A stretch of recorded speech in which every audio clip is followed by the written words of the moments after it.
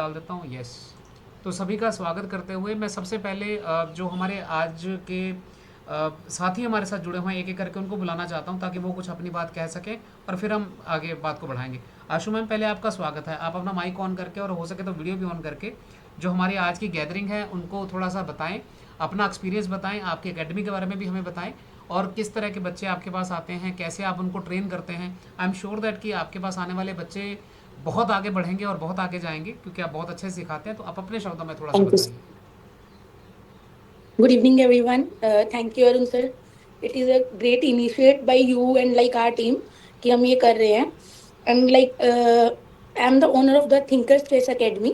हमारी जो academy है basically हम जो मेरा जो main motive था that is like 2 साल पहले जब मैं मोहाली में आई थी. मैं एक एम लेके आई थी कि यहाँ पे जो बच्चे हैं उनको हमें नेशनल तक लेके जाना है. Any how I need so many rated players to create. uh, there is a huge struggle behind this. So हमने क्या किया, I am working in a learning path school as a chess coach and also working with the beginner students as well. Like मेरे पास जो academy में मैंने जो start किया है वो बेसिक से बिल्कुल स्टार्ट किया है. मेरे पास जो स्टूडेंट स्टार्टिंग एज है 5.8 5.6 जिनके साथ हम वर्क कर रहे हैं. और राइट नाउ अगर मैं आपको उनकी वीडियोस या एक्सपीरियंस बताऊं, it is a great experience and learning for me as well. और बच्चे भी साथ साथ कर रहे हैं. एज पर एज मोहाली की बात करूं तो मैंने जो अपकमिंग अभी की 2 सालों में देखा है, under my guidance there is a 45 to 46 players जो अलग अलग जगह से सीख भी रहे हैं और मेरे साथ टाई अप हैं. जो बहुत सारे रेटेड इवेंट भी खेल रहे हैं एंड अपने आप को रिप्रेजेंट कर रहे हैं, मोहाली को रिप्रेजेंट कर रहे हैं इन डिफरेंट लेवल्स. जी आशु मैम, बहुत बहुत धन्यवाद। और इसी के साथ मैं स्वागत करता हूँ नितिन जी का चेस मंत्रा से।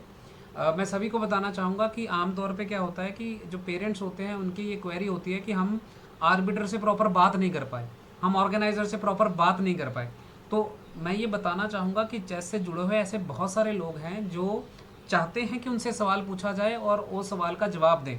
तो ये एक हम लोग प्लेटफॉर्म ऐसा क्रिएट, ब्रिज गैप किसको क्रिएट करने की कोशिश कर रहे हैं जिसमें आर्बिटर्स, ऑर्गेनाइजर्स खुद आपके साथ बातचीत करने को तैयार हैं। और चेस मंत्रा एक ऐसी कंपनी के रूप में सामने आया है, ऐसे इनिशिएटिव के रूप में सामने आया है जो चेस को ना सिर्फ प्रमोट कर रहा है बल्कि उसको एक नेक्स्ट लेवल पे भी ले जाने की तैयारी में है। तो ऐसे बहुत सारे इनिशिएटिव जो हैं वो नितिन जी ले रहे हैं। हम नितिन जी आपका बहुत बहुत स्वागत करते हैं आज की बातचीत में। Thank you so much sir. जी, and we look forward to कि जो इनिशिएटिव आप ले रहे हैं उन इनिशिएटिव के साथ साथ जो चेस है और उसके बहुत सारे ऐसे जो अनछुए पहलू हैं उन पे बहुत सारी चर्चा भी होगी। जी, और इसके साथ मैं स्वागत करता हूँ धर्मेंद्र बंसल जी का। मैं उनको इनवाइट करता हूँ। वो हमें उनका एक इनिशिएटिव उन्होंने एक पेरेंट के तौर पे लिया है। जो पेरेंट हैं वो एक ऐसे एक होनहार बच्चे के पेरेंट हैं जो चाहते हैं कि वो भी चेस के क्षेत्र में अपना नाम कमाए। उनकी बेटी जो है नेशनल प्लेयर है, ऑलरेडी नेशनल खेल चुकी है। और इसके अलावा वो बहुत सारे ऐसे इनिशिएटिव्स का भी पार्ट है जो चेस को प्रमोट करते हैं। तो मैं धर्मेंद्र बंसल जी का स्वागत करता हूँ। और सर, आप हमें थोड़ा सा बताएं आपके इनिशिएटिव के पीछे पर्पज़ क्या है, कैसे आप चेस को प्रमोट करना चाहते हैं और आप चेस को किस मुकाम पर देखते हैं कि चेस पेरेंट की नज़र से, टीचर की नज़र से, बच्चे की नज़र से क्या होना चाहिए चेस। आपका क्या नज़रिया है उसमें, क्योंकि आप ये सब कुछ ही हैं, टीचर भी हैं, पेरेंट भी हैं, प्लेयर भी हैं, आर्बिटर भी हैं। सर नमस्कार जी। ਸਰ ਜੋ ਅੱਜ ਦੀ ਆਪਣੀ ਮੀਟਿੰਗ ਦੇ ਵਿੱਚ ਜੋ ਪੇਰੈਂਟਸ ਆਏ ਨੇ, ਸਭ ਦਾ ਪਹਿਲਾਂ ਸਾਰਿਆਂ ਨੂੰ ਜੀ ਆਇਆਂ ਨੂੰ ਥੈਂਕ ਯੂ ਵੈਰੀ ਮੱਚ। ਸਾਡੇ ਨਾਲ ਮੈਕਸਿਮਮ ਵੱਧ ਤੋਂ ਵੱਧ ਸਾਰੇ ਜੁੜੇ ਨੇ, ਨੀਤਨ ਸਰ, ਆਸ਼ੂ ਮੈਡਮ, ਜਿਹੜੇ ਬਹੁਤ ਹੀ ਐਕਸਪੀਰੀਅੰਸ ਨੇ ਚੈਸ ਦੇ ਵਿੱਚ। ਇਹਨਾਂ ਦਾ ਨਾਲ ਜੁੜਨ ਲਈ ਬਹੁਤ ਬਹੁਤ ਧੰਨਵਾਦ ਜੀ ਤੇ ਜੀ ਆਇਆਂ ਨੂੰ। ਸਰ ਮੈਂ ਐਜ ਏ ਪੇਰੈਂਟਸ ਚੈਸ ਦੇ ਵਿੱਚ ਮੇਰੇ ਦੋਨੇ ਬੇਟੀਆਂ ਨੇ ਚੈਸ ਲਈ जी, खेल रही ने, जो सब तो वधिया बंसल साहब, मैं आपको ज़रा सा बीच में हेलो। एक रोकते हुए ये कहूँगा, वैसे तो मतलब हम हर भाषा का सम्मान करते हैं, लेकिन क्योंकि ये प्रोग्राम ओपन है तो अगर हिंदी का इस्तेमाल आप करें तो शायद ज़्यादा लोगों तक बात पहुँच पाएगी। जी सर, जी जी जी जी, बिल्कुल सर, बिल्कुल। सर मैं एज ए पेरेंट्स आपसे यही बात शेयर करना चाह रहा हूँ सभी से। जैसे ये चेस है, बहुत ही बढ़िया गेम है। सबसे पहले तो सेफली गेम है, इंडोर गेम है, जो एज ए पेरेंट्स के तौर पे मैं देखूंगा, क्योंकि इसमें बच्चे का ऐसे नहीं है कि बच्चा कहाँ चला गया, क्या कर रहा है क्या नहीं, आपके सामने बच्चा सब कुछ कर रहा है। नंबर 2, ये माइंड गेम है, बच्चा जैसे जैसे खेलेगा इसका माइंड शार्प होएगा, वैसे ही उसकी सबसे बड़ी जो इसका पॉजिटिव पॉइंट है, बच्चे की सीटिंग होएगी, बच्चे में पेशेंस लेवल आएगा। जैसे जैसे बच्चे चेस खेलेंगे, चेस के ऊपर मूव का ऊपर है, बच्चे में पेशेंस लेवल धीरे धीरे बढ़ता जाएगा। इसलिए मैं अपनी बेटी को, दोनों मेरी बेटी है, इसलिए चेस में इन्वॉल्व किया था इनको, कि इनका जी। पेशेंस लेवल और स्टडी के लेवल में इनका टाइमिंग बढ़े, बैठने की, सीटिंग की, ये इसके अलावा। तो आपका निजी अनुभव क्या है? और क्या सर जो आपके बच्चों में ये फ़र्क ज़ाहिर हुआ कि आपके बच्चों का सिटिंग कैपेसिटी बढ़ा, कंसंट्रेशन बढ़ा? आपका निजी अनुभव क्या है इस बारे में? बिल्कुल सर, बिल्कुल, इससे सर मेरे को पॉजिटिव रिजल्ट मिले हैं, इसीलिए मैं चेस में ज़्यादा इन्वॉल्व हो रहा हूँ। इसीलिए देख रहा हूँ कि चेस जो गेम है, पहले बहुत कम लोगों को, पहले तो ऐसे ज़्यादा ही शतरंज, जी, जुआ की तरह, जैसे ना, मतलब कि जो पंजाबी में है ना, मतलब कि इसको अच्छा नहीं मानते थे जी, भी शतरंज खेल रहा है। जी, तो ये जब इसको पता चला भी ये बहुत ही अच्छी गेम है, इसके बच्चे इसको, इस गेम को हम आगे लेके जाएंगे तो इसके बेनिफिट्स बहुत है। एज ए स्टूडेंट के लेवल पे मैं बात करूं, जो बच्चे गेम में आ रहे हैं, स्टेट खेल रहे हैं, नेशनल खेल रहे हैं, इसकी ग्रेडेशन हो रही है, मतलब कि आगे बच्चों को किसी स्टडी में एडमिशन लेनी है, इसका मतलब कि सभी जगह पे स्पोर्ट्स कोटा भी बन चुका है। जी। ये इस बात में पेरेंट्स बहुत स्पोर्ट्स लेवल इंटरेस्टेड पे भी रहते हैं, इसकी वो ग्रेडेशन होती ग्रेडेशन है में। स्टेट। जी, वो ग्रेडेशन में बच्चों के लिए अपॉर्चुनिटीज़ क्या-क्या हैं, एडमिशन में एम्प्लॉयबिलिटी क्या है, क्या हो सकता है, इसमें पेरेंट्स की बहुत रुचि रहती है। लेकिन वो सारे प्रश्नों का कुछ इस हमने लास्ट जो हमारा था उसमें भी दिया था, सेमिनार में भी जवाब दिया था, तो उसका वीडियो भी रिकॉर्डिंग आपके पास अवेलेबल है। उसका लिंक भी हम इसके चैट बॉक्स में डाल देंगे। लेकिन आज जो है जो पेरेंट्स के साथ-साथ बच्चे भी बहुत सारे जुड़े हुए हैं।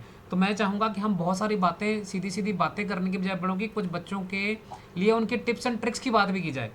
तो मैं धर्मेंद्र जी आपसे ये जानना चाहूँगा, जो जो खास तौर पे छोटे बच्चे हैं जो आज जुड़े हैं हमारे आस-पास, जब बेटी जीत के आती है और जब बेटी हार के आती है, उसमें क्या डिफरेंस होता है और आपकी क्या भावनाएँ रहती हैं और बच्चों की क्या भावनाएँ रहती हैं? और ऐसी स्थिति में आप पेरेंट्स को और बच्चों को क्या कहना चाहोगे? सर, जो आपका पहले क्वेश्चन था, जैसे बेटी जीत के आती है, देखो जब जीत के आती है तो ऑटोमेटिकली है कि खुश होती है, सभी जी, होते हैं खुश। जी, ये ये जब हार के आती है तो मैं, जैसे मैं अपना पर्सनल एक्सपीरियंस बता रहा हूँ, तो जी, मैं, मेरा उसके ऊपर ये होता है कि बेटा आपने उसको कोई डांटना नहीं होता, ये है भी कहाँ पे गलती है, आप इसको कैसे इम्प्रूव करना है, कैसे करना है, मतलब कि उनकी गेम इम्प्रूविंग के ऊपर हम ज्यादा जोर दे रहे हैं उसको, ना कि उसे डांटने के जो, तो उसको कहाँ कहाँ कमी रह रही है, कितनी उसकी पेशेंस लेवल कम हुआ था, या कहाँ पे उसने गलती की है, मूव समझने में गलती की है, उसके मतलब कि उसका एनालिसिस करवाते हैं गेम का, जी। तो कि आइए ताकि हम। जो एक बारी गलती होगी, जो एक बारी गलती हुई है, दोबारा रिपीट ना हो वो जी, गलती जी। बच्चे तो से। पेरेंट कहते हैं कि हम बच्चों को डाँटने की बजाय हम उनके एनालिसिस करने पर ध्यान देते हैं। आइए कोच से भी पूछते हैं, जो हमारे साथ कोच जुड़े हुए हैं, कि वो अपने जो स्टूडेंट्स होते हैं उनके। लेकिन बीच में मैं एक बात और कहना चाहूँगा, जो चेस, ये हमारी जो गूगल मीट होती है, इसमें जो लोग अभी ज्वाइन कर रहे हैं, तभी हम सबसे आग्रह हमेशा करते हैं कि इसके शुरू होने से 5-7 मिनट पहले आप ज्वाइन कर लें। तो हमें सुविधा ये रहती है कि हम वेरीफाई कर सकते हैं कि कौन ज्वाइन कर रहा है, हम एक बार माइक ऑन करवा के उनका पूछ लेते हैं। लेकिन कई बार डिस्कशन इस मोड पे होती है कि बीच में रोक के हम वेरिफिकेशन नहीं कर पाते हैं। तो अगर ऐसा कोई बोट चलती हुई हमारी मीटिंग में आ भी जाए, तो भी प्लीज़ मेरा ये आग्रह रहेगा, उसमें मुझे सिर्फ 5-7 सेकंड लगेंगे उसको हैंडल करने में। लेकिन 5-7 सेकंड में कई बार ये मीटिंग मुझे ऑफ करनी पड़ती है। इसी लिंक पे मीटिंग 20-25 सेकंड बाद दोबारा स्टार्ट हो जाती है, लिंक सेम रहेगा। तो अगर मीटिंग बीच में ऑफ होती है तो उसी मीटिंग पे आप 25 सेकंड के बाद, 20-25 सेकंड बाद दोबारा भी ज्वाइन कर सकते हैं। हम जो बड़ा इंपॉर्टेंट क्वेश्चन अभी चल रहा था, प्रश्न ये चल रहा था कि अगर बच्चा जीत कर आता है या बच्चा हार कर आता है तो पेरेंट की क्या फीलिंग होती है और पेरेंट्स बच्चों से कैसे डील करते हैं। आइए हम पहले कोच से पूछते हैं। हमारे साथ हमारे आज के गेस्ट भी ज्वाइन कर चुके हैं, हमारे जो रिसोर्स पर्सन ज्वाइन कर चुके हैं। लेकिन हरप्रीत सर, आपको कनेक्ट करने के लिए मैं बस एक 10 सेकंड का जो क्वेश्चन पहले चल रहा था वो पूरा कर लेते हैं, फिर आपका मैं इंट्रोड्यूस करके आपको कनेक्ट करता हूँ। बस जस्ट 10 सेकंड हमें दीजिए। तो आज का हमारा अभी बड़ा इंटरेस्टिंग क्वेश्चन चल रहा था, आप भी सुनना पसंद करेंगे उसको। क्वेश्चन ये चल रहा था कि जब हार के या जीत के बच्चा आता है तो एज ए पेरेंट कैसी फीलिंग होती है और एज ए कोच कैसी फीलिंग होती है। तो धर्मेंद्र जी ने अभी बताया कि पेरेंट के तौर पे उनकी जो फीलिंग होती है वो कैसी बच्चों के साथ हैंडल करने की होती है। एक बार हम किसी कोच से सुनेंगे, उसके बाद फिर मैं डायरेक्टली हरप्रीत सिंह सर को मैं कहूँगा कि वो आके उस क्वेश्चन का आंसर करेंगे। तो मैं हमारे साथ कोच जुड़े हुए हैं नितिन सर भी। नितिन सर, मैं आपके आपके तवज्जो इस बात पे चाहूँगा कि अगर कोई बच्चा हार के, आपका भी एक बच्चा अभी एसीएम बना है, उसकी पहले तो बहुत बहुत बधाई हमें। और आपने जिस टेक्निक से और जिस तरीके से उनको सपोर्ट कर रहे हैं, उसके लिए भी एज ए पेरेंट भी आप बधाई का हकदार हैं। तो आप पेरेंट भी हैं, कोच भी हैं और ऑर्गेनाइज़र भी हैं। तो आप क्या कहते हैं कि एक बच्चा जब जीत के आता है या हार के आता है, तो क्या किस तरह से हैंडल किया जाना चाहिए? अ, देखिए सर, मैं आपको अपना एक्सपीरियंस बताऊं। अभी जी जो एसीएम बना वो मेरा ही बेटा है, नित्यांश। जी बट उससे पहले हमारा जो बेस्ट टॉप परफॉर्मिंग बच्चा है चेस मंत्रा से, जी वो है हिमल गुसैन। जी जी अगर जी आप लोगों ने हिमल गुसैन का नाम सुना है, चंडीगढ़ से ग्रैंड जी जी मास्टर जी नॉम जी जी होल्डर जी हैं जी जी जी जी और जी इंटरनेशनल मास्टर भी हैं। वो हमारे ही स्टूडेंट हैं चेस मंत्रा के। बहुत तो बढ़िया। उनका पास्ट मैं बताऊं आपको, जब वो छोटे थे 5-6 साल के, तब से हमारे पास ट्रेनिंग कर रहे थे। जी तो क्या होता है कि जब बच्चा खेलता है कोई भी अपना फर्स्ट इवेंट, जी और पेरेंट्स जो होते हैं वो ट्रेनिंग ले रहे हैं, प्रोफेशनल ट्रेनिंग ले रहे हैं, तो ज़्यादा उनको इफेक्ट करता है, क्योंकि पेमेंट करनी होती है, कोचेस को भी खर्चा होता है और एक्सपेक्टेशंस हाई हो जाती हैं। जी अब हम अभी के टाइम में चेस मंत्रा से इंडिया नहीं, इंटरनेशनली भी बच्चों को देख रहे हैं अदर कंट्रीज से। जी तो जी आपको मैं बताऊं, अगर आप लोगों को पता होगा कि इंडिया में जो रेटिंग बैंड है वो 1400 से स्टार्ट होता है। जी और ये पिछले पास्ट 1-2 साल में चेंज हुआ है। पहले 1800 था, फिर 1000 गया, और अब जी 1400 है। जी तो वो 1400 कैसे मिलता है? जी पहले तो ये समझना पड़ेगा कि हमें रेटिंग 1400 से क्यों स्टार्ट होती है। जी वो कंट्री के प्लेयर्स के स्ट्रेंथ के अकॉर्डिंगली स्टार्ट होती है, कि उस कंट्री की जो प्लेइंग पॉपुलेशन है।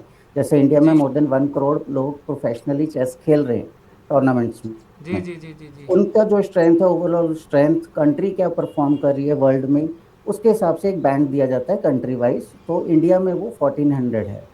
जी जी ऐसे जी ही अगर आप यूएस में जाएंगे, तो जिसको हम यूएससीएफ, जी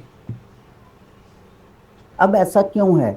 ऐसा इसलिए है कि जो सिलेबस या जो सिस्टम हम इंडिया में फॉलो करते हैं, हमारे पास इंडियंस के पास थोड़ा सा, मैं कहूँ कि पेशेंस की कमी होती है लोगों के पास।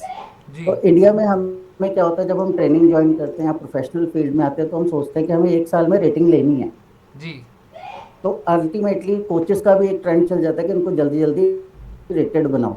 जी बट मैक्सिमम आप देखेंगे इंडिया में कि हमारे पास जो टॉप के ग्रैंड मास्टर हैं, ओनली 90 के राउंड हैं जी इंडिया में, आउट ऑफ 1 करोड़। जी बट अगर आप पूरे वर्ल्ड का पॉपुलेशन देखेंगे, तो 5000 से ज़्यादा ग्रैंड मास्टर्स इंटरनेशनली हैं। जी तो ऐसा क्यों है? ऐसा इसलिए क्योंकि जो यूएस में ट्रेनिंग चलती है, वहाँ पर जो बेसिक्स हैं उसको कंप्लीट करने के लिए अराउंड 5 ईयर्स लगते हैं। जब तक जी बच्चा 1000 रेटिंग नहीं पहुँच जाता, उसको सीनियर इवेंट में पार्टिसिपेशन नहीं मिलता। जी जी जी इंडिया में ओपन टूर्नामेंट्स होते हैं, कोई भी, क्योंकि छोटा बच्चा है, वो हायर के साथ भी खेल रहा है, टफ के साथ भी खेल रहा है, तो एक्सपेक्टेशंस बहुत हाई हो जाती है। और 1400 पहुंचने के लिए उनको 1 ईयर में होता है कि चलो जल्दी से जल्दी फीडे रेटिंग लें, हम फीडे रेटिंग आ गई तो बहुत बड़ी बात है। बट वो आपका एक लैडर है, वो जी स्टार्ट है अभी। जी और मैक्सिमम लोग वो 1-2 साल की ट्रेनिंग के बाद चेस को क्विट करते हैं, बिकॉज उनको वो रिजल्ट्स अचीव नहीं हो रहे बिल्कुल होते। बिल्कुल सर, आपकी बट जो ऐसा नहीं है कि, हाँ, आपने जो बट हमें ऐसा नहीं है बताया। कि ट्रेनर्स वर्क नहीं कर रहे या कोचेस वर्क नहीं कर रहे, क्योंकि एक टाइम बैंड है। एक ग्रैंड मास्टर बनने के लिए आपको मिनिमम 5 ईयर्स कॉन्टिन्यूस प्रैक्टिस लगती है। अभी जी मैं रिसेंट बताऊं, हमारी मीटिंग हुई स्किल क्राफ्ट टूर्नामेंट में। डॉक्टर भट्टाचार्य जी, आप लोग भी जानते होंगे, अभिनव बिंद्रा के ट्रेनर हैं। जी जी तो जी जी उनकी भी हमारी सबकी एक इंटरनेशनल, नेशनल लेवल पे, सॉरी, मुंबई में कोचेस, टॉप ट्रेनर्स की जितने भी द्रोणाचार्य अवार्डी ट्रेनर्स हैं, वो सब मिले। तो जी एक इंटरनेशनल प्लेयर बनने के लिए किसी भी गेम में, कोई भी गेम हो, चाहे चेस हो चाहे कोई भी गेम हो, आपको 10,000 आवर्स की प्रैक्टिस बोली जाती है।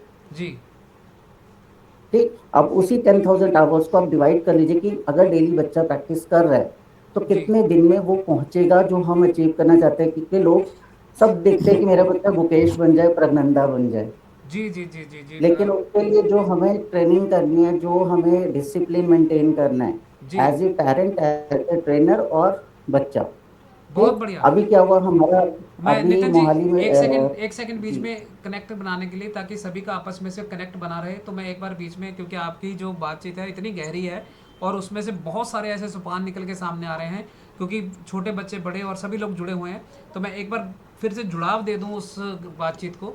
बातचीत हमारी हो रही थी और उसमें नितिन जी ने बहुत सारी चीज़ें हमें बता दी कि आपका जो गेम प्लान है, जो भी सीरियस चेस खेल रहा है, वो उसका गेम प्लान ऐसा तो है नहीं कि वो 1 साल खेलेगा और क्विट कर देगा। आपका गेम प्लान तो सीरियस होने पर यही है कि वो नॉर्म्स लेगा। नॉर्म्स लेगा मतलब वो चैंपियन बनेगा, और उसके बाद उसके जो इंटरनेशनल नॉर्म्स होते हैं, IM नॉर्म है, आपका ग्रैंड मास्टर नॉर्म है, उसको अचीव करने की बात है। अगर वो नॉर्म्स अचीव करने हैं तो ये एक दिन की प्लानिंग, 1 साल की प्लानिंग की बात नहीं है, ये सालों साल लगातार प्लानिंग की बात है। और जब सालों साल लगातार प्लानिंग होती है तब आप रूटीन के रोज़मर्रा के फॉल्ट नहीं निकालते हैं। तो जो ओरिजिनल क्वेश्चन था हमारा कि पेरेंट्स को या कोचेस को कैसा बिहेव करना चाहिए, तो हमेशा हमेशा जो भी प्लेयर बाहर आ रहा है उसको इनकरेज करना चाहिए। इन्होंने बहुत खूबसूरत शब्दों में हमें बहुत सारी ऐसी चीज़ें बता दी। नितिन सर, बहुत बहुत बढ़िया तरीके से आपने बता दिया।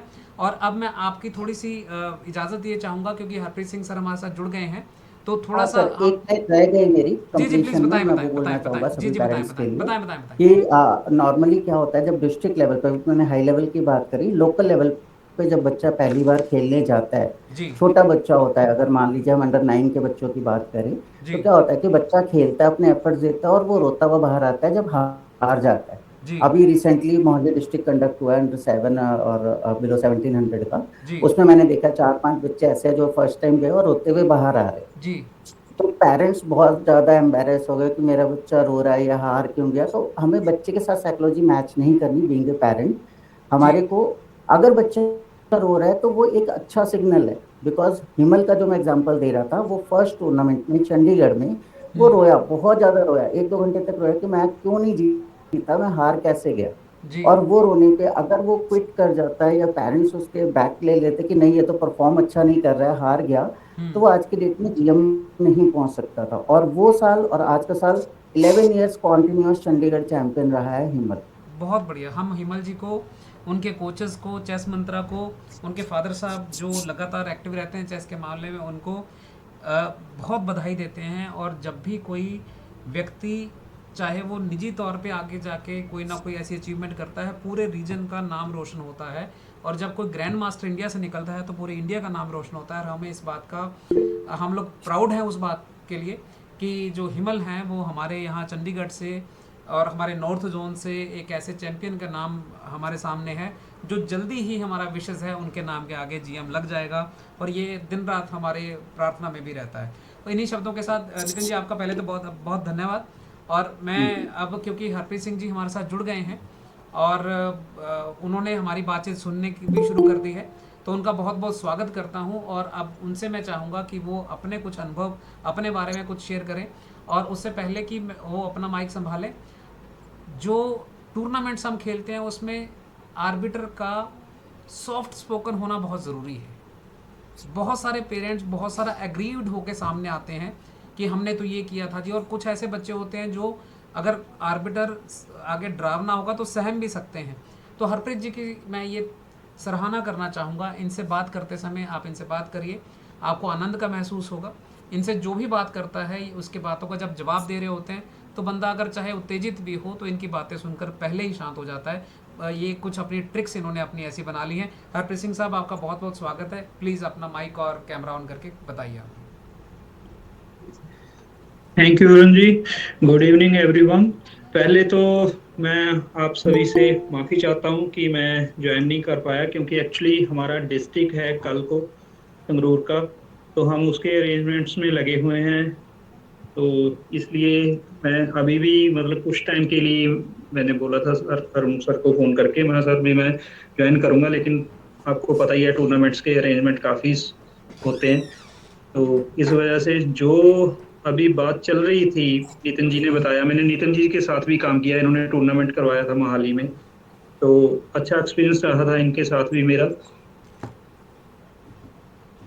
जो अभी बात हो रही थी भी, पेरेंट्स को कैसे बिहेव करना चाहिए, अरुण जी आप जी ने क्वेश्चन जो चल रहा था, तो इसके लिए मतलब जैसे अभी नितिन जी ने काफी डिटेल्स में कुछ बातें बताई हैं, तो मैं तो सबसे पहले यही कहता हूँ भी, जो हम कहते हैं भी चेस प्लेयर में पेशेंस होनी चाहिए, तो वो ही पेशेंस पेरेंट्स में उससे ज़्यादा होनी चाहिए, क्योंकि कई बार बच्चा अंदर से आता है, वो बोर्ड पे क्या देख रहा है, उसको वहां पे वो क्या फील कर रहा है, कैसे वो खेल रहा है, किस प्रेशर से खेला है, वो हम महसूस नहीं कर सकते बाहर से।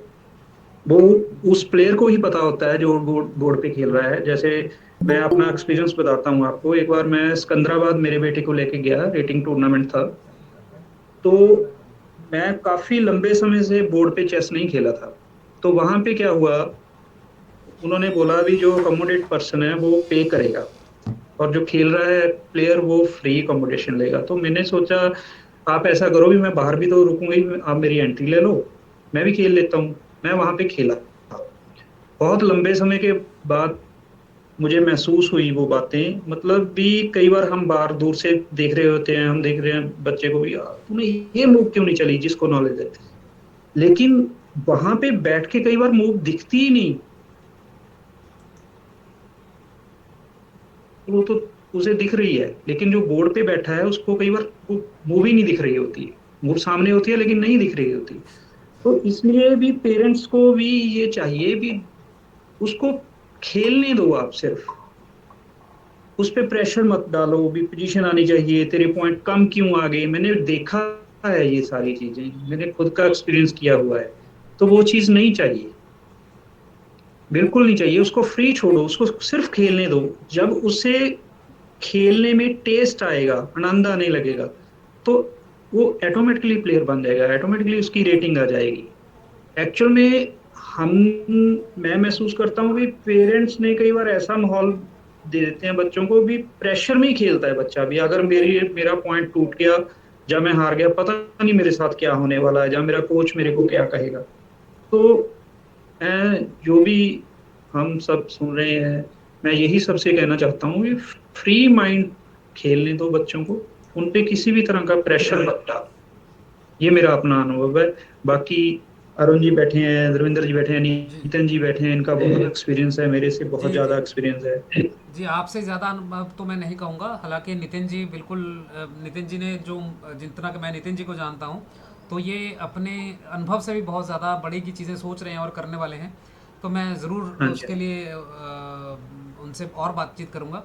लेकिन जो आपने बात कही सर पेशेंस की, वो वो बहुत ज़रूरी है सर। मतलब ये जितने भी पेरेंट्स हमसे मिलते हैं कि जी मेरे बेटे को मैंने खेलना सिखाया है, तो अब इसका क्या बन हाँ जी। जाएगा, ये गुकेश कितनी दिनों में बन जाएगा, ये आगे जाके कार्लसन को हम्म। कब टक्कर दे सकेगा, ये बहुत सारी ऐसी भावनाएं हमें सुनने को मिल जाती है। तो जो आपने बिल्कुल सही कहा कि बच्चे में पेशेंस के साथ साथ सबसे पहले पेरेंट्स में पेशेंस होना बहुत ज़रूरी है। तो जो पेरेंट्स हैं वो भी हमारे साथ जुड़े हुए हैं, टीचर्स भी जुड़े हुए हैं हमारे साथ, आज छोटे बच्चे भी जुड़े हुए हैं।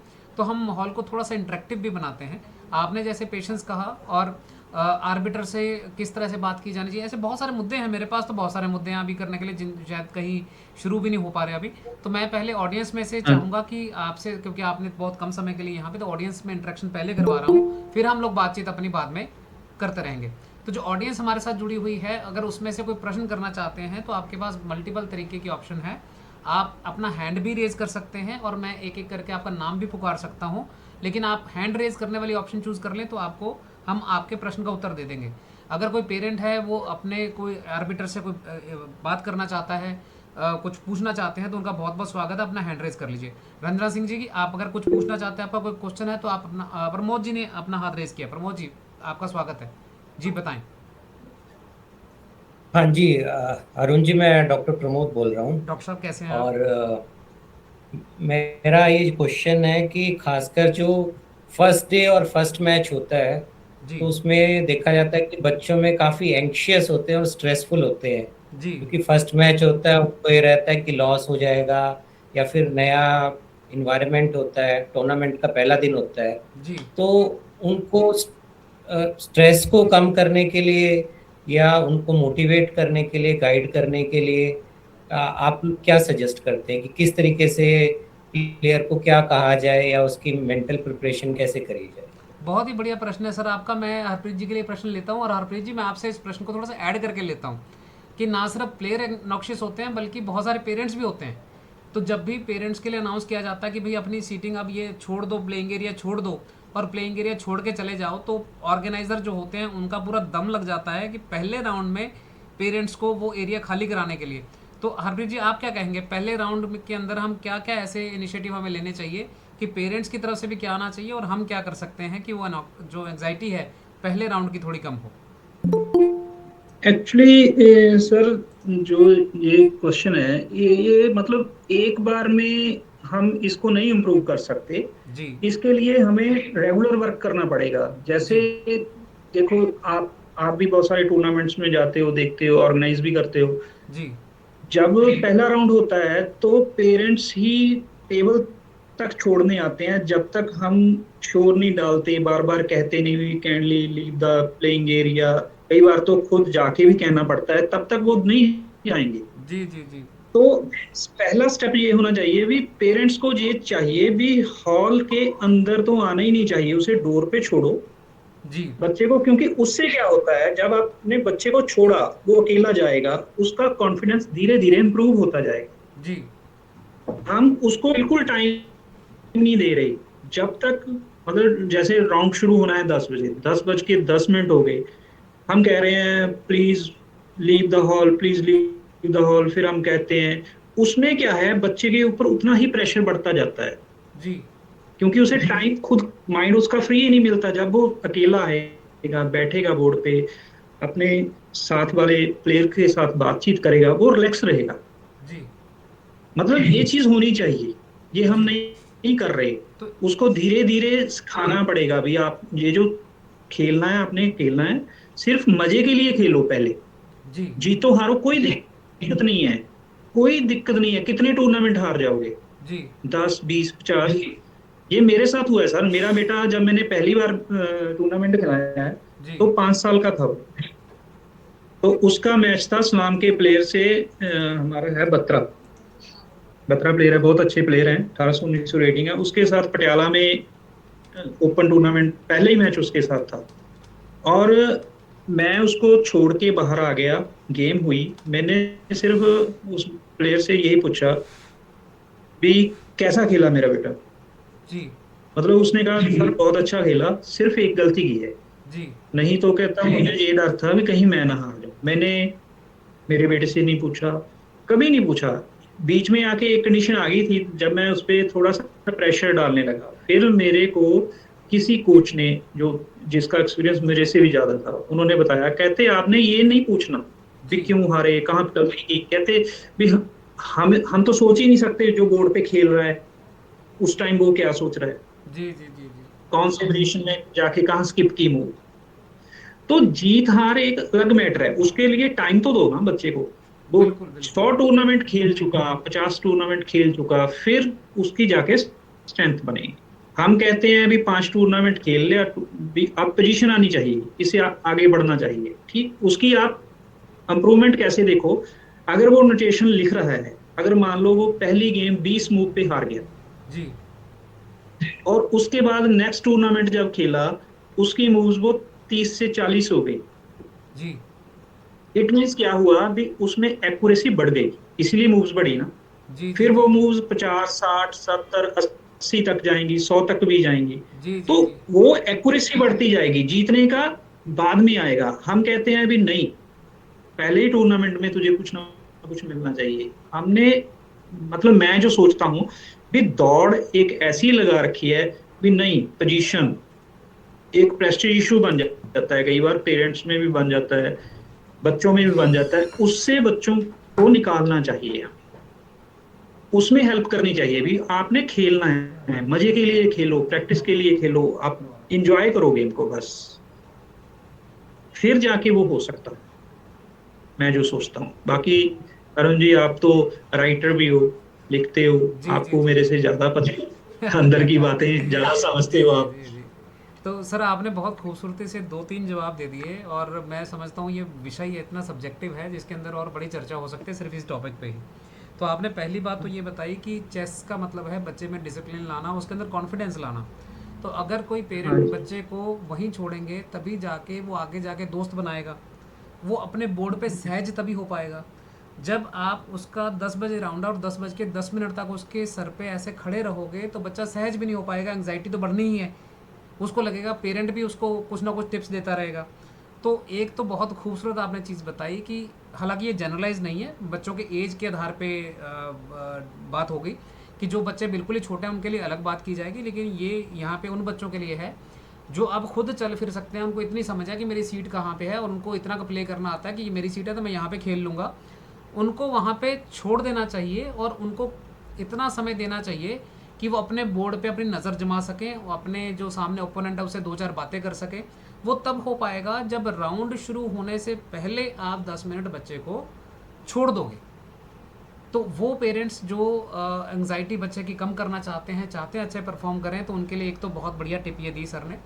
दूसरी टिप ये दी सर ने यहाँ पे कि बच्चा जब इंडिपेंडेंट खुद को महसूस करेगा तो डिसीजन भी इंडिपेंडेंट ले पाएगा।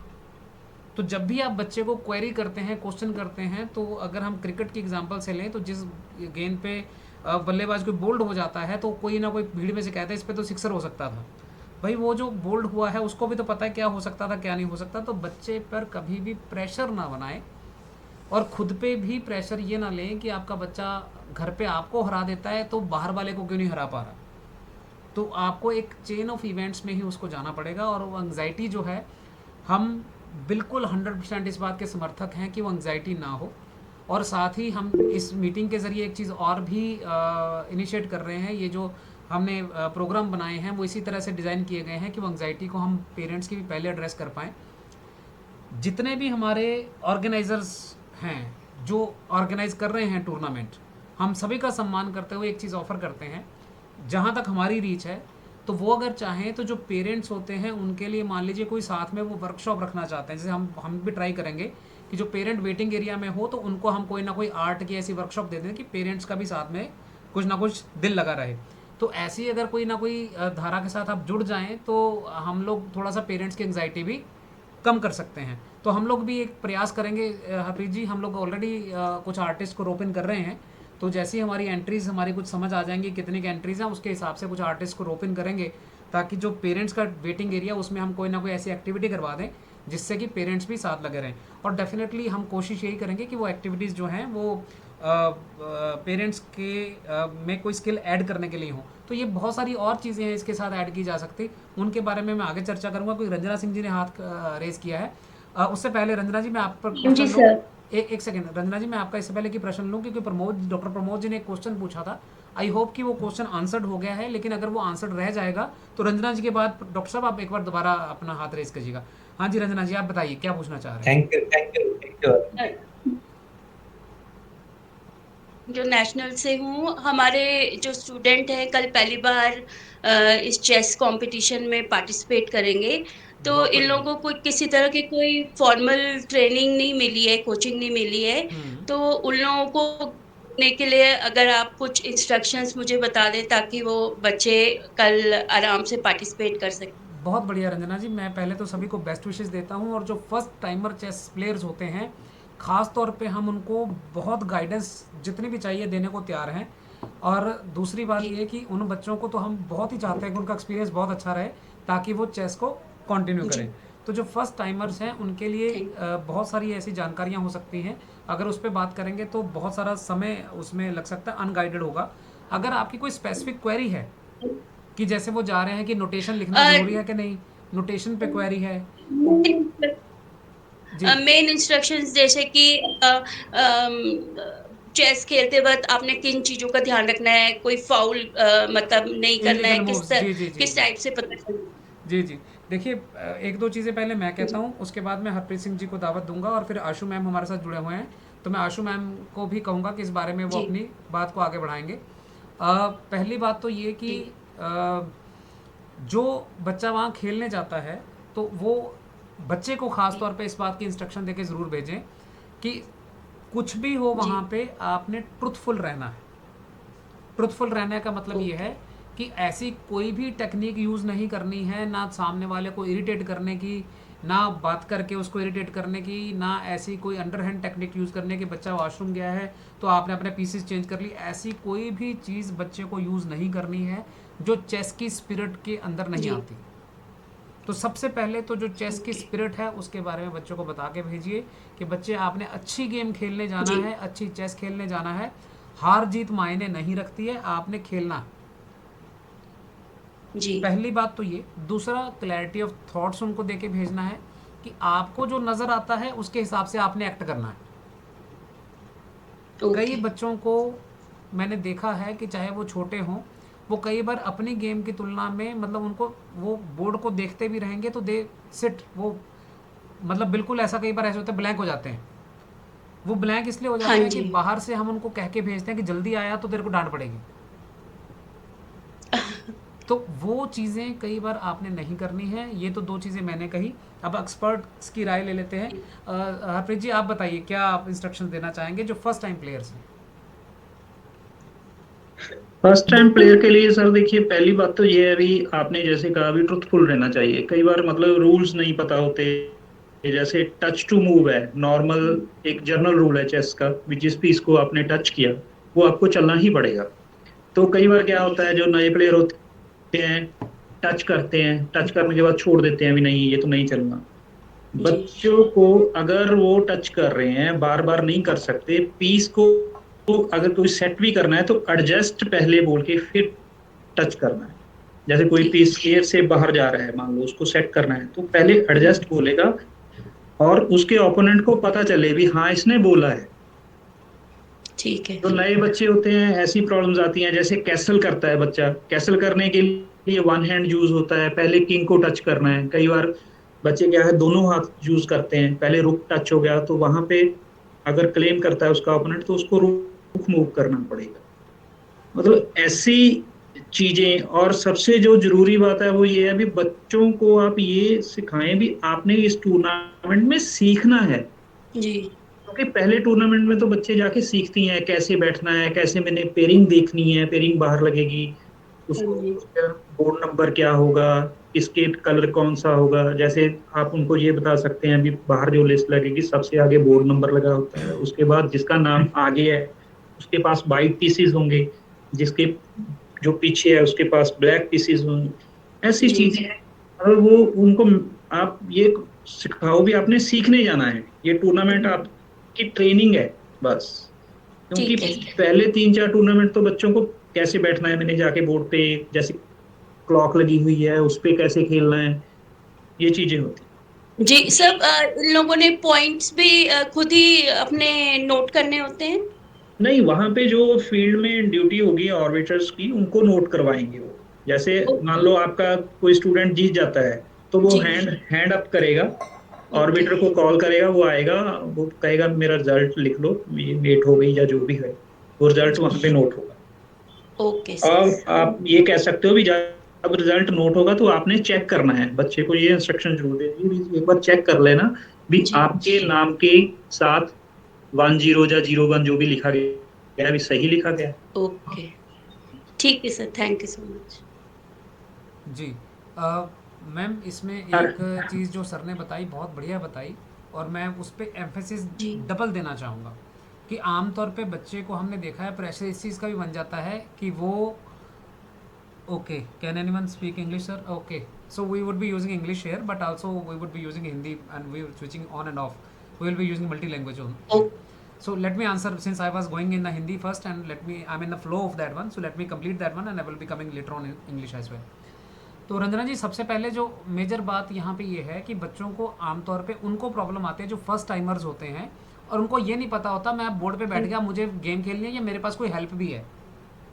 हम उनको गेम जी खेलना तो बताते हैं बोर्ड तो बताते हैं ये नहीं बताते कि जो आसपास जो लोग घूम रहे हैं ये आपकी हेल्प करने के लिए हैं। तो आप ये भी कर अच्छा सकते हैं कि जो आर्बिटर्स होते हैं वो आप पर स्ट्रिक्ट रूल लगाने के लिए नहीं होते आर्बिटर सिर्फ वो हर बच्चे की हर जी पार्टिसिपेंट की हेल्प के लिए भी होते हैं। तो जितने पेरेंट्स और टीचर्स हैं जिनके बच्चे आगे खेलने जा रहे हैं वो गेम से पहले आर्बिटर से हाँ जी बकायदा जाके बच्चों को मिलवा भी सकते हैं। वो बच्चे को बता सकते हैं कि भाई अगर आपको कोई अच्छा ज़रूरत पड़े तो आपने हैंड रेज करना है और सिर्फ एक लफ्ज़ बोलना है arbiter. So the whosoever is going to play for okay the first time, if the one is child and the person who is accompanying the child, one must should let the child meet the arbiter's team as well, so that child is having enough okay confidence so that he can raise his hand and call the arbiter by just calling arbiter. सिर्फ इतना ही भर कहना होता है the thing. Okay जी Harpreet sir आप कुछ कहना चाह रहे हैं प्लीज बताएं। सर मैं इजाजत लेना चाहता हूँ क्योंकि ना मेरे कई काम पेंडिंग जी है जी कल जी वी टूर्नामेंट के अंडरस्टैंड सर, वी अरेंजमेंट्स में। अंडरस्टैंड। जी जी सिंह साहब, थोड़ा आपने आए यहाँ हाँ पे, जी। आपका बहुत बहुत धन्यवाद है। और मैं सभी से ये कहना चाहूँगा, जो भी टूर्नामेंट में हरप्रीत सर हों, जहाँ भी आपको हरप्रीत सर दिखे, आपका बहुत बहुत स्वागत है। बच्चे को ले जाइए, इनसे मिलवाइए। इतने अच्छे तरीके से बच्चे के साथ डील करेंगे और पेरेंट्स के साथ डील करेंगे कि आपको कोई भी चिंता करने की ज़रूरत जो हॉल होता है उसके अंदर नहीं है। आपको कोई कन्फ्यूज़न है, जी कुछ क्लैरिफिकेशन चाहिए। एक मैं चीज़ और कहना चाहूँगा आपको यहाँ पे, हरप्रीत सर तो खैर कहीं भी पूछ लीजिए, बात करने का जवाब देते हैं। आर्बिटर से मिलने का सबसे सही समय जी क्या होता है, ये किसी पेरेंट को कई बार नहीं पता होता। तो या तो जब आपकी गेम जब शुरू हो रही है उससे 5-7 मिनट पहले, जब आर्बिटर आप सारे चेक कर रहा है, तब आप मिलवा दीजिए कि बच्चा ये है, बच्चा इनको बुलाना है। आर्बिटर आपकी सुन लेंगे। या फिर आर्बिटर अपने रिजल्ट बना के खाली हो चुके हैं, तब आपकी बात सुन लेंगे। कई बार वहाँ पे आर्बिटर अपने काम में लगे होते हैं और किसी पेरेंट को वहाँ जाना होता है, और वो कहते हैं इसी समय मेरी बात सुनिए आप। तो वो 5 मिनट भी कई बार आर्बिटर को नहीं देते हैं, तो उस केस में आर्बिटर भी अच्छे से आपको जवाब नहीं दे पाते। वो चाहे कितने भी अच्छे आर्बिटर हों या आप भी हों, आप डबल काम नहीं कर पाएंगे। सो पेरेंट से ये आग्रह हमारा हमेशा से रहता है कि जब भी किसी आर्बिटर से आपने बात करनी है, तो आप थोड़ा सा समय देखकर उनसे बात करें। किस समय पर आर्बिटर फ्री हैं, किस समय पर आर्बिटर आपको जवाब दे सकते हैं। The communication is the key here. Uh- जी जी सर। अरुण जी, एक बात जो सबसे मतलब मुझे मतलब महसूस हुई है मेरे 3 साल के एक्सपीरियंस में, जी जी जी जब हम रिजल्ट प्रिपेयर कर रहे होते हैं जी तो उस टाइम पेरेंट्स सबसे ज्यादा मतलब हमें डिस्टर्ब करते हैं। जी उधर तो रिजल्ट का हमारे पे प्रेशर होता है भी, जल्दी गेस्ट आने वाले हैं, रिजल्ट जल्दी चाहिए। जैसे मान लो कैटेगरीज निकालनी है तो वो सबसे सेंसिटिव मैटर होता है। जी जी जी तो हर एक पेरेंट्स आके, सर मेरे बच्चे का क्या बना, कुछ बनेगा या नहीं बना, रिजल्ट कब तक होगा। मतलब कई बार तो मतलब मेरे को भी, मैंने 1-2 बार जवाब दिया भी, अगर हम काम करेंगे तो बता पाएंगे, अगर जी आप क्वारी ही आती रहेगी हमारे पास फिर तो हम उसका आंसर देंगे, जी जी रिजल्ट नहीं बन पाएगा। तो जी ये चीज बहुत जरूरी है अभी उस टाइम पे जाके, पेशेंस बहुत ज्यादा जरूरी है। वही जी बात जी फिर पेशेंस पे आ जाती जी है। जी जी जी जी। और आप जिस तरह हंसी से ये जवाब दे रहे हैं, मुझे ये आपकी हंसी हमेशा अच्छी लगती है, और आप हमेशा ऐसे ही सबको जवाब देते हैं हंसकर। तो सभी से ये आज की जो हमारी मीटिंग है, और इस तरह जो हमने सीरीज़ रखी है, ये हमारी कॉन्टिन्यूशन में रहेगी। हम लोग यही कर रहे हैं कि आर्बिटर्स की बात डायरेक्टली पेरेंट्स तक पहुँचे। पेरेंट्स को कई बार लगता है कि आर्बिटर से बात ही नहीं हो पाती है, हमें समझ ही नहीं आ पाती है कि किस तरह की बात करनी है। तो हमारी इन मीटिंग के ज़रिए जो आपस में संवाद कायम होगा, मुझे लगता है कि वो बहुत लोगों के काम आएगा। और हम इस वीडियो को रिकॉर्ड भी कर रहे हैं, और इस वीडियो की जो रिकॉर्डिंग है वो भी ग्रुप्स के अंदर डाल दी जाएगी, तो बाकी पेरेंट्स तक भी शायद ये बात पहुंच जाए।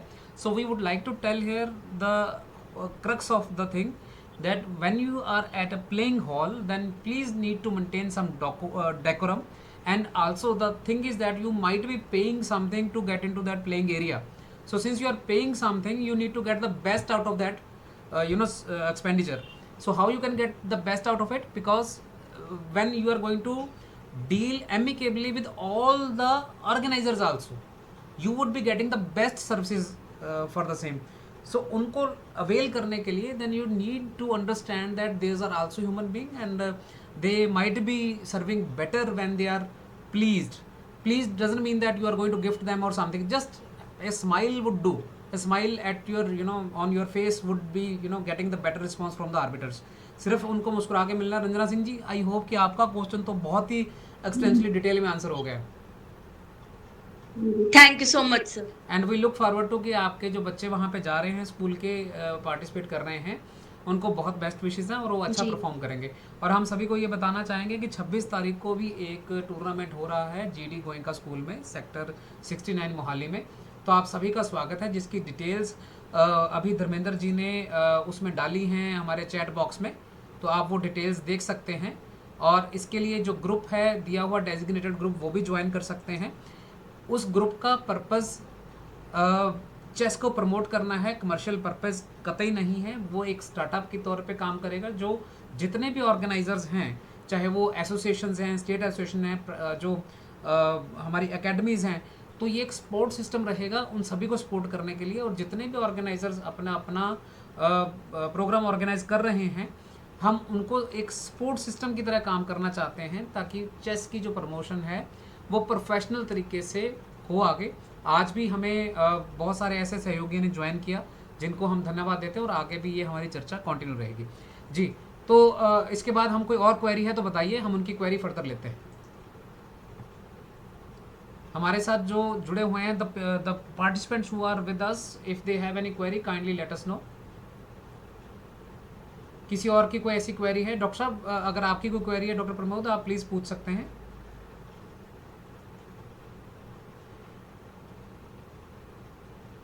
Hello, excuse me. Yes please, yes. Okay. I'm I'm a chess instructor in my school, wonderful. and this year only we have started teaching the notation to the students. Right. So we have begun, but then to go for long term, right.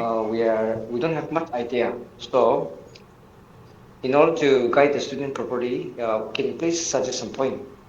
Yes, we would like to.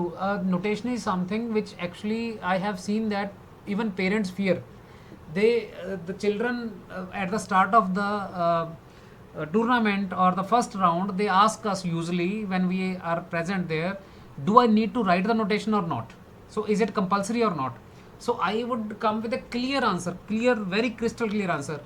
Every chess player should learn the notation if has the plan for any professional tournament. If you are playing friendly, it is your choice, but if you are playing any professional tournament, you need to learn notation. That is one thing. And when something is compulsory, you might be able to find many ways to learn it. When it is optional, you might be saying that okay, if it is optional then I should do it or not. So when you are an instructor and you need to tell your students very clearly that you have to write the notation. When they have to, it is like ABC, it is like Udara, it is like Kakhaga, it is like any alphabet of any language. So when they are going to be instructed in such a manner, children would find a way to learn the notation. That is one part. Second, there are many websites. On those websites, the chessboards are labeled properly: A, B, C, D, E, F, G, H, 1, 2, 3, 4, 5, 6, 7, 8. So when they are there, you can randomly place the pieces over the board and ask them where those are. It is similarly like in the Excel, you learn the cell reference like A1, A2, A3. So on the chessboard, you have to learn something like H8, E5. So you have to learn this kind of notations, and for that thing, the over the board you can do something, and you can do it off the board also. So those kind of things are very much needed. And also there is one thing, when you are using the matches at your academy or the school, you can keep the score sheets with you. If you don't have properly printed score sheets, they may write on the plain paper also, but do try to, as an instructor, you can give them an environment where even in the friendly matches they have to write the notations. So I think that would be helping them a lot. And also that if you have access to the internet over there, you can tell them there are certain books which are having the labeled puzzles. So puzzles could be solved with the help of notation only. So when they are solving the puzzles, they would be helped by the notation learning and other things. I hope this answers your questions here. Yeah, thank you so much, sir. And then I have another query, sir. Yes, please. Here I'm in a little bit far away from the city. Then here, my villagers as well as many young children, they want to learn about notations and they want to learn more about chess. And especially Manipur is like they really like sports, and but we are little behind much in chess. So I want to teach them, but here we are looking behind resources like the facilities. Now we have only 3 chessboard for my people out there. With that, we are teaching them. So now, if we are to ask some help from someone, where should we go? Especially in India, which association we have to go? Definitely that we through this our series of interactions with the public and parents and children and the sponsors, potential sponsors also, we do appeal to them. If you find that chess enthusiast is meeting you to get some sponsorship from you, just go and get the verification done, and then do try to sponsor certain kind of chess board to them. So we do advocate that one. If somebody like from the rural area that is approaching and is enthusiast that I would like to teach the children who are the villagers, they don't have the resources, so it is the responsibility of the society in general to create those resources. So I appeal everybody that if you find that your company or somebody is into CSR, if they want to do something for the society, then they should support chess. And I really support chess. The teacher who are joining us from the rural area or the distant place, and where the facilities are not those as we enjoy in the urban areas. So those people, if they want to learn chess, they need to create a Nike for them or niche for them, that how to go about it. For your case, I would like to tell you that you can use even simply plain paper. On the plain paper you can write the notation, like even the rough notebook, the used notebook that of the previous session, that can be used to write the notations. So when you are going to utilize those things, I think definitely the children would be learning better. Should we move ahead? Okay, fine. Thank you, sir. Right, so we are moving ahead. मैं जो बाकी हमारे साथ लोग जुड़े हुए हैं उनसे भी एक बार फिर से कहूँगा, हम लोग टाइम के उस पड़ाव पे आप पहुँचे हैं जहाँ we might be winding it up. So quickly, अगर आपका कोई क्वेरी है, कुछ क्वेश्चंस है, तो आप पूछ सकते हैं हमसे. मैं एक एक करके आईडीज बोल देता हूँ. अगर आपका कुछ है तो व्यास जी हमारे साथ जुड़े हुए हैं, Ajit Vyas ji. If you have any query, please switch on your mic and just let us know. Chess kid Patiala, if you have any query let us know. अगर आपकी कोई क्वेरी है तो आप पूछ सकते हैं. दिया शर्मा जी, अगर आपकी कोई क्वेरी है तो आप पूछ सकते हैं. Kartik Kaundal, if you have any query from us, you may like to interact with us. Kavita Raj Chaudhary ji, if you have any query you can interact with us. Thank you very much. Doctor Pramod, if you have any query और आप कुछ कहना चाहते हैं chess के बारे में, तो आप हमें बता सकते हैं.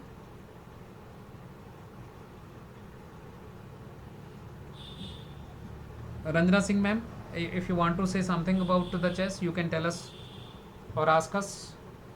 इन्हीं शब्दों के साथ मुझे लगता है काफ़ी हद तक हमारा आज की जो मीटिंग थी उसका पर्पस पूरा हो गया है. तो मैं धर्मेंद्र बंसल जी को पहले एक बार बुला लूँ कि उनकी कुछ ऑब्जर्वेशन है आज की मीटिंग पे, तो हमें बता सकें. धर्मेंद्र सर. जी सर. आपने सारी बातें सुनी आज की मीटिंग के बारे में, क्या कहना चाहेंगे? नहीं सर, मैं तो यही है कि पेरेंट्स को मैक्सिमम चेस की जानकारी हो तो बच्चे आगे बढ़ें. जी. जो भी डॉट्स हैं एक दूसरे के साथ कनेक्ट रहें. और मैं सभी पेरेंट्स को अपील करना चाहूँगा कि जो 26 तारीख को चेस हमारा टूर्नामेंट हो रहा है उसे मैक्सिमम ज्वाइन करें. और हमें आगे फेडरेटेड करवाने के लिए हमारा जो पर्पज़ है ये टूर्नामेंट का, जो हम करवा रहे हैं टूर्नामेंट, हम उसका पर्पज़ भी आपके साथ शेयर करना चाह रहे हैं कि हमारा पर्पज़ ये है कि हम पंजाब में फेडरेटेड टूर्नामेंट करवाएं जल्दी से जल्दी. क्योंकि हमारे बच्चे बहुत ज़्यादा दूर जा रहे हैं, दिल्ली जा रहे हैं, कोई कहीं पे जा रहा है. पंजाब में फेडरेटेड टूर्नामेंट नहीं हो रहे हैं. हमारा जो मोटिव यही चला है कि हम सभी पेरेंट्स को अपने साथ लेके चलें और जो भी जल्दी से जल्दी यहाँ पे फेडरेटेड कराएं ताकि बच्चे की रेटिंग्स आएँ. जो भी अभी मतलब कि डिस्कशन चल रही थी रेटिंग के रिगार्डिंग, भी रेटिंग आए और बच्चों को बड़ा स्कोप मिल सके खेलने के लिए. मैं बांसल साहब थोड़ा सा एक्सटेंड करना चाहूँगा कि आपने जैसे पंजाब कहा, तो मैं नॉर्थ जोन की बात करूँगा. मैं उसमें पंचकुला, चंडीगढ़, ये भी एरिया इंक्लूड करूँगा. इवन हरियाणा का और J&K का, हिमाचल का एरिया भी उसमें है. तो मेन बात यह है कि फेडरेटेड टूर्नामेंट्स होने चाहिए, जिनकी फ्रीक्वेंसी ज़्यादा हो वो होनी चाहिए. और करवाने के पीछे का मतलब ये है कि हम एक स्पोर्ट सिस्टम की तरह काम करना चाहते हैं, जो हर उस ऑर्गेनाइज़र की सपोर्ट करेगा, जो हर उस एसोसिएशन की सपोर्ट करना चाहता है जो चेस को प्रमोट करते हैं. हम लोग जितनी भी डिस्ट्रिक्ट चेस एसोसिएशंस हैं, जो स्टेट चेस एसोसिएशंस हैं, चाहे वो पंजाब की है, चाहे वो चंडीगढ़ की है, उनके आभारी हैं, उनकी गाइडेंस के आभारी हैं. हम लोगों को जितना भी समझ आया जो चेस के बारे में हम कर पाते हैं, जितना भी हम लोग करते हैं, ये अगर स्टेट चेस एसोसिएशन के जो लोग हैं अगर वो हमें गाइड ना करें, हमारे साथ ना खड़े हों, तो हम नहीं कर पाएंगे। इस बात का हम पूरी एक्नॉलेज करते हैं। वो ऑर्गेनाइज़र जो इस एरिया में काम करते हैं, हम उनको एक्नॉलेज करते हैं। They are doing wonderful job. And हम लोगों का सिर्फ पर्पज़ एक स्पोर्ट सिस्टम बनाना है जो चेस को प्रमोट करे, और उस दिशा में हमारी जो ये सीरीज़ है ये कंटिन्यू रहेगी। और हम चाहेंगे कि आगे भी आने वाले दिनों में आप इसी तरह जुड़ें।